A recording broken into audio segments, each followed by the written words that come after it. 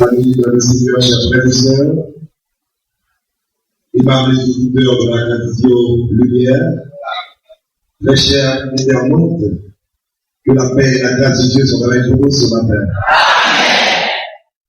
Je voulais remercier le Seigneur qui, pour un privilège matin, pour que nous avec nous dans le service d'adoration, ça, que nous avons considéré comme une fête, parce que premièrement, le dimanche pareil, Sauveur Noël était ressuscité dans la mort.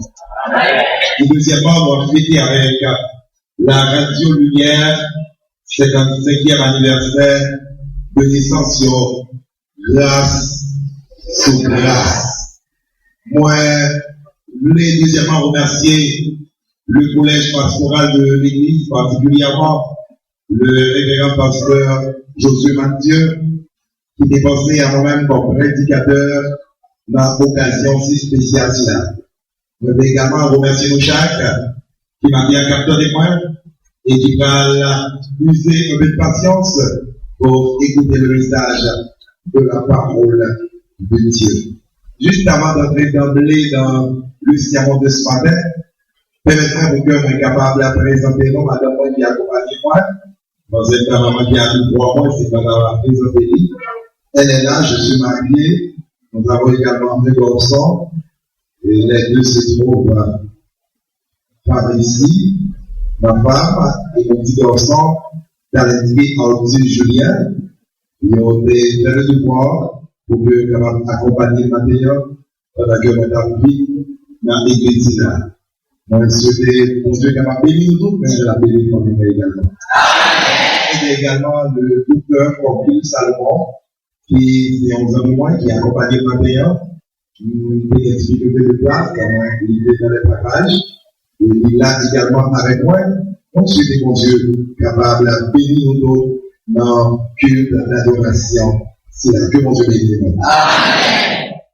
Annoncer l'évangile de Jésus-Christ, une nécessité pour l'Église, ça c'est le thème que je te soumettre à moi-même dans l'occasion spéciale. Cela, et pour que nous soyons capables de contextualiser beaucoup plus ce thème qui est en pile importance, nous avons ajouté simplement 2 mots là-dedans. Annoncer l'évangile de Jésus-Christ, une nécessité pour l'Église, ici et maintenant. Annoncer l'évangile de Jésus-Christ, une nécessité pour l'Église, ici et maintenant. Chers frères et sœurs dans le Seigneur, chers auditeurs de la radio Lumière, Jésus, avant sa montée au ciel, avait institué son Église sur la terre avec la noble mission de proclamer la bonne nouvelle du salut à toute la création. Il ne l'a pas placé dans le ciel, mais de préférence au cœur de ce monde pervers et corrompu. Cela soutient que, mes chers amis dans le Seigneur, le Jésus sauveur, le Jésus libérateur, dans sa compassion, a vraiment un plan de salut pour l'humanité tout entière. L'Église, comme inspiration divine, l'est capable de considérer comme un lieu de prise de conscience, un lieu de transformation et un lieu de réconciliation. Et tant que tel, sa vision, ses œuvres et son message doivent être vus et entendus par tout de chacun, ici et ailleurs. C'est sans nul doute dans la même perspective missionnaire et chrétienne là que le responsable de la première église baptiste de Port-au-Prince est arrivé à élaborer ce thème combien contextuel, combien important, basant sur l'évangélisation et la missiologie qui dit comme ça, annoncer l'évangile de Jésus-Christ, une nécessité pour l'Église. Félicitations, pasteur, félicitations aux responsables de cette Église. Le thème est bel et bien choisi. Car il est unanime de croire que seul l'évangile de Jésus puisse apporter un changement radical dans la vie humaine de ce siècle, des gens de ce siècle et de celle à venir, de l'autre génération qui est pour venir. Proclamer l'évangile de Jésus-Christ, c'est une nécessité pour l'Église aujourd'hui. Et d'après Romains chapitre 1er verset 16 et 1 Corinthiens 9 verset 16, qui est au moins 4 raisons qui est à la base de cette nécessité. Si nous disons que la prédication de l'évangile, c'est une nécessité pour l'Église, qu'il y ait quelques raisons pour ça. La toute première raison, mes frères et sœurs, c'est parce que c'est seul l'évangile de Jésus-Christ qui a le pouvoir de changer les réalités spirituelles des hommes. Seul l'évangile de Jésus-Christ a le pouvoir de changer les réalités spirituelles des hommes. Avant de connaître la grâce de Dieu et le pardon de leurs péchés, l'homme de toute race, de toute couleur et de toute culture étaient considérés comme des ennemis de Dieu. Ils étaient esclaves de péché. Ils étaient esclaves des œuvres de la chair. Ils étaient esclaves de ce monde corrompu. Ils étaient esclaves également de Satan, le diable. Ils n'ont pas gagné aucune espérance pour la vie future. Et par contre, acte de condamnation, l'idée écrite sous Dieu, un lettre capitale, un gras, pour dire que Mounsayo, destiné, c'est l'enfer éternel. Mais nous parlons ignorer que moi-même avec vous, nous devons pour ça tout. Oui, nous devons tout cela qui est destiné à la perdition. Mais heureusement, lorsque nous avons accepté Jésus dans la vie, lorsque nous avons cru dans le message salvifique de Jésus, l'acte de condamnation qui a été rédigé contre nous est en fait détruit et ceci pour toujours. Tout acte qui est signé pour moi-même avec vous, nous chiré et maintenant c'est un acte de guerre. Il y a une page histoire découvrir dans la vie nous, ici et maintenant, et même dans la vie à venir là. Moi, je suis bien content pour que moi, je connaisse que je dis, non, je pas écrit dans le livre Satan encore, dans le livre la mort encore, mais non écrit dans le livre la vie. Alléluia!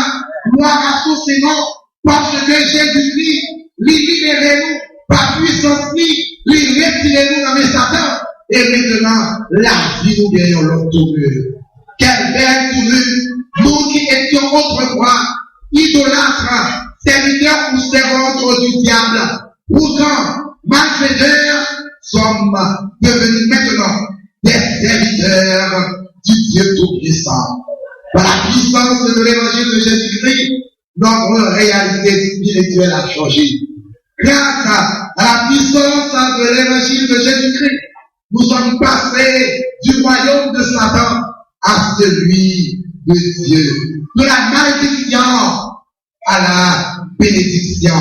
Des ténèbres à la lumière. De la condamnation à la libération. De la mort à la vie. Gloire à Dieu. Merci Seigneur. Je tiens encore la nécessité pour annoncer l'évangile à toute création, lui imposer à l'église, non seulement à la première église bâtie sur le Port-au-Prince, mais à toute église chrétienne, quel que soit milieu, quel que soit endroit glorieux, parce que il y a un grand nombre de personnes qui toujours dans le sommeil spirituel et qui besoin d'entendre un message qui va changer le cœur, qui va changer la réalité spirituelle, même Jean ou même, lui peut changer la réalité spirituelle. La première raison, on dit que seul l'évangile de Jésus-Christ a le pouvoir de changer les réalités spirituelles des hommes. La deuxième raison pour laquelle nous devons prêcher l'évangile de Jésus-Christ, c'est parce que c'est seul l'évangile de Jésus-Christ qui a le pouvoir de changer le monde entier et particulièrement la société haïtienne. C'est seul l'évangile de Jésus-Christ qui a changé le monde entier et particulièrement Haïti. Chers amis, chers frères et sœurs, nous sommes tous d'avis que nous vivons actuellement dans ce monde de bouleverses et de crises. Les annonces publicitaires, les sites web, les chaînes de télévision, les journaux et les stations de radio diffusées, ils permettent nous voir à travers un miroir tout et d'identifier l'image du monde que nous habitons là-dedans. Le monde connaît que tout le monde aspirait à une vie meilleure. Le monde connaît que tout le monde a soifé de la paix, de la justice et de la compassion. Ce monde, mes chers amis, comme vous pouvez le constater, est marqué par des troubles comme la famine, le chômage, la guerre, la mort infantile, l'épidémie, l'injustice sociale, l'immoralité, des troubles politiques et sociaux, de la guerre, des maladies incurables, des catastrophes naturelles, pour ne pas citer que ça y est seulement. Et plus près de nous, en Haïti, le constat est bel et bien fait. Par exemple, on qui sont à l'aise en Haïti. Partout et ailleurs, c'est de la méchanceté. C'est de l'immoralité. C'est abus sociaux. C'est kidnapping. C'est vol. C'est viol. C'est pauvreté. C'est la discrimination. C'est lutte fratricide pour le pouvoir. Bref, pays d'Haïti, il y a lieu pour que corruption a posé chaque jour.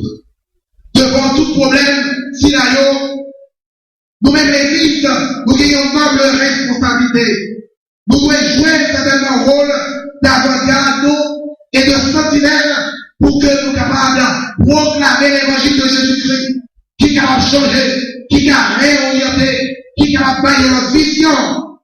Seul le Christ ressuscité, capable d'apporter de la paix dans le pays ici-là, dans le monde entier, pas qu'il y ait l'autre encore camarade. D'ailleurs, je cherche de côté déjà, le pas qu'à jouer.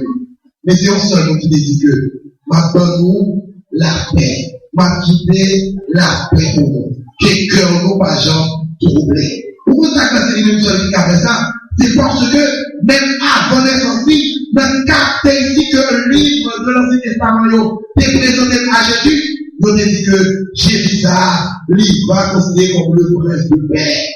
Et puisque lui-même dans la paix absolue, c'est les gens qui ont apporté la paix dans le monde. Bien sûr, encore pas capoter. L'ONU pas capoter. Les autres organisations n'ont pas capoter. C'est seulement Jésus-Christ qui est capable de la paix. Seulement Jésus là qui a réorienté la pensée humaine. Seulement Jésus là qui a consolé le monde, qui a affligé et qui désespéré. Si vous êtes grand prix pour matin, si je dis, l'homme dans les yeux a coupé, c'est grâce à Jésus. C'est parce que Jésus est avec mouchoir. Mouchoir qui n'a pas chiré, mouchoir qui n'a pas chiffonné, mouchoir qui n'a pas blasé, il est passé dans le genou, et je dis à genou là, vous avez dit, avec l'aide de Dieu, vous avez dit grâce, sous, grâce, c'est qu'à dire oui. L'Éternel, c'est qui moi pas vraiment, rien, qui ça vous avez, parce que vous êtes affaibli, vous êtes humilié, vous êtes dans le coin, mais Jésus a dépassé, mais il levait moi, il met des chutes à aujourd'hui, parmi nous qui fait espoir, gloire à Dieu, alléluia. Même Jésus ça, frère avec son maillot, car continuez encore, qui est une bonne, qui est maladie, que le docteur déclaré incurable. Et si les statistiques n'ont pas fait l'assemblée, pour questionner un peu de monde, que dans la vie, moi, pasteur, mais t'es malade, c'est Jésus seulement qui est